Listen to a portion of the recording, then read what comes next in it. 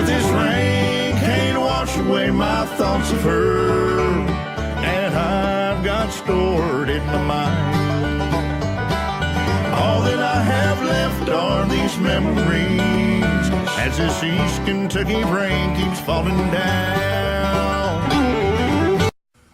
Go ahead and introduce everybody to yourself. Well, my name is Carl Gerald. CJ the DJ, as I guess the radio name would be known. So that's who I am, and the name of my band, of course, is East Kentucky Rain. Well, let's go to when you were just a young kid, why you decided to get into bluegrass. Well, my decision to get into the music business, or to sing in general, was no doubt family oriented. I mean, just family influence with people.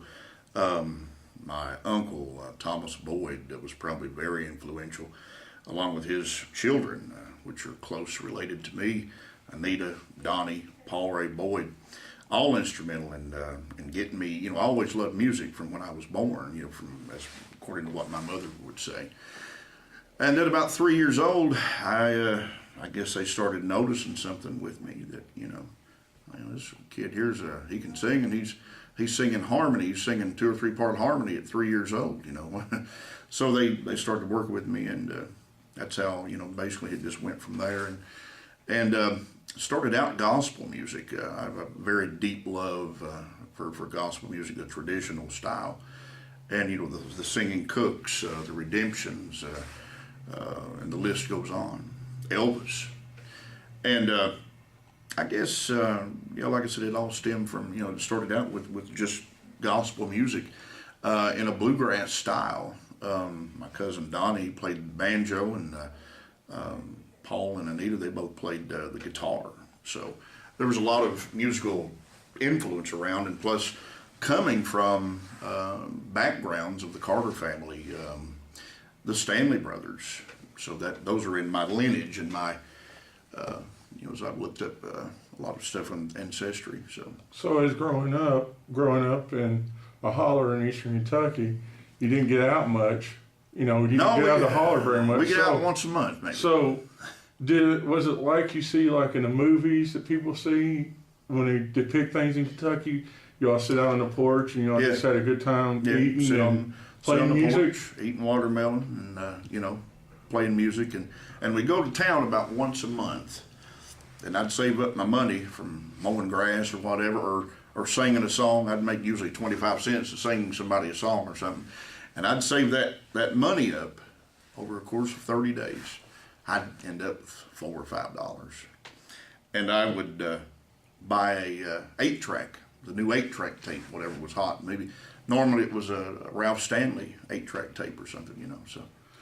But yeah, it just like that, just like you see it, just on the movies. So tell us about growing up in a holler in Eastern Kentucky. Growing up in a holler in Eastern Kentucky, well, there's not much really to tell about it. I mean, as far as a lot of folks may not know what a holler is, but it's a valley between 2 hills.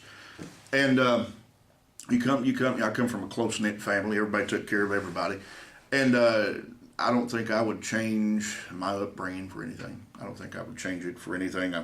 I stayed in the mountains all the time. We was cowboys and Indians, and had a lot of good friends on the holler. We'd all get together and get us some sticks, and we were fishing poles. We'd fish in the creek and catch us some minnows or whatever. So it's kind of like the fact of you didn't really know that there was these other things. You didn't know worldly things. I didn't know there was a world outside of Slick Rock. Yeah. So as you were growing up, all you knew was the holler. You didn't know.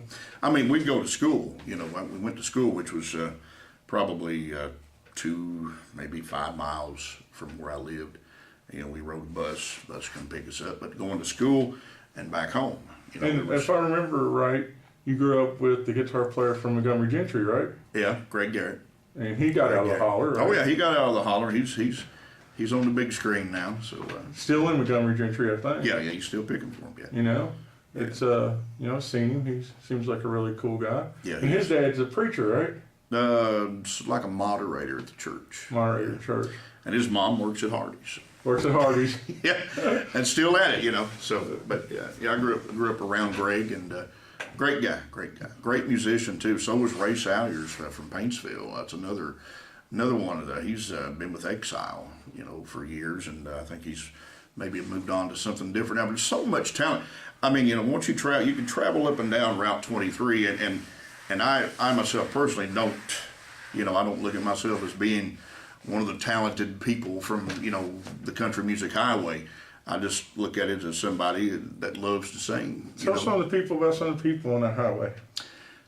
Some of the people on the country music highway, well, let's see, let's start in Boyd County. Let's start with the Judds, Winona and Naomi. Move on down to Billy Ray Cyrus, Ricky Skaggs, Dwight Yoakam, mine and your, one of our favorites. My first time seeing him was with you, front row. Right, front row. I'll never forget it. It was here at the MAC.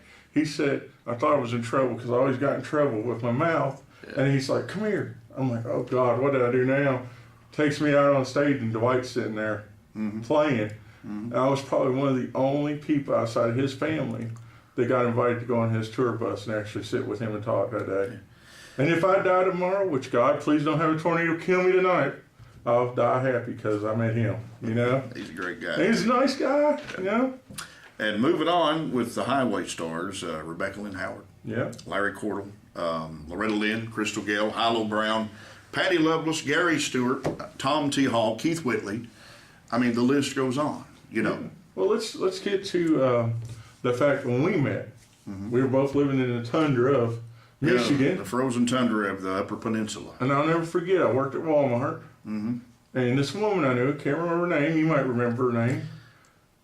She come in and she said, you two need to get together. You're from Kentucky.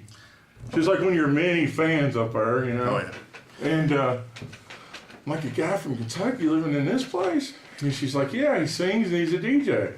And that just struck our friendship 20 years ago. And well, I think it was the part we were both from Kentucky. Yeah. Too, so, And we, you were doing music. You were doing your first, I think it was your first real release. First ever, actually, it was a country thing. Yeah. Beck's Brothers Music there in Sheboygan. So. Yeah, country and friggin' all the way up in the tundra of Michigan. Yeah. Well, there was a lot of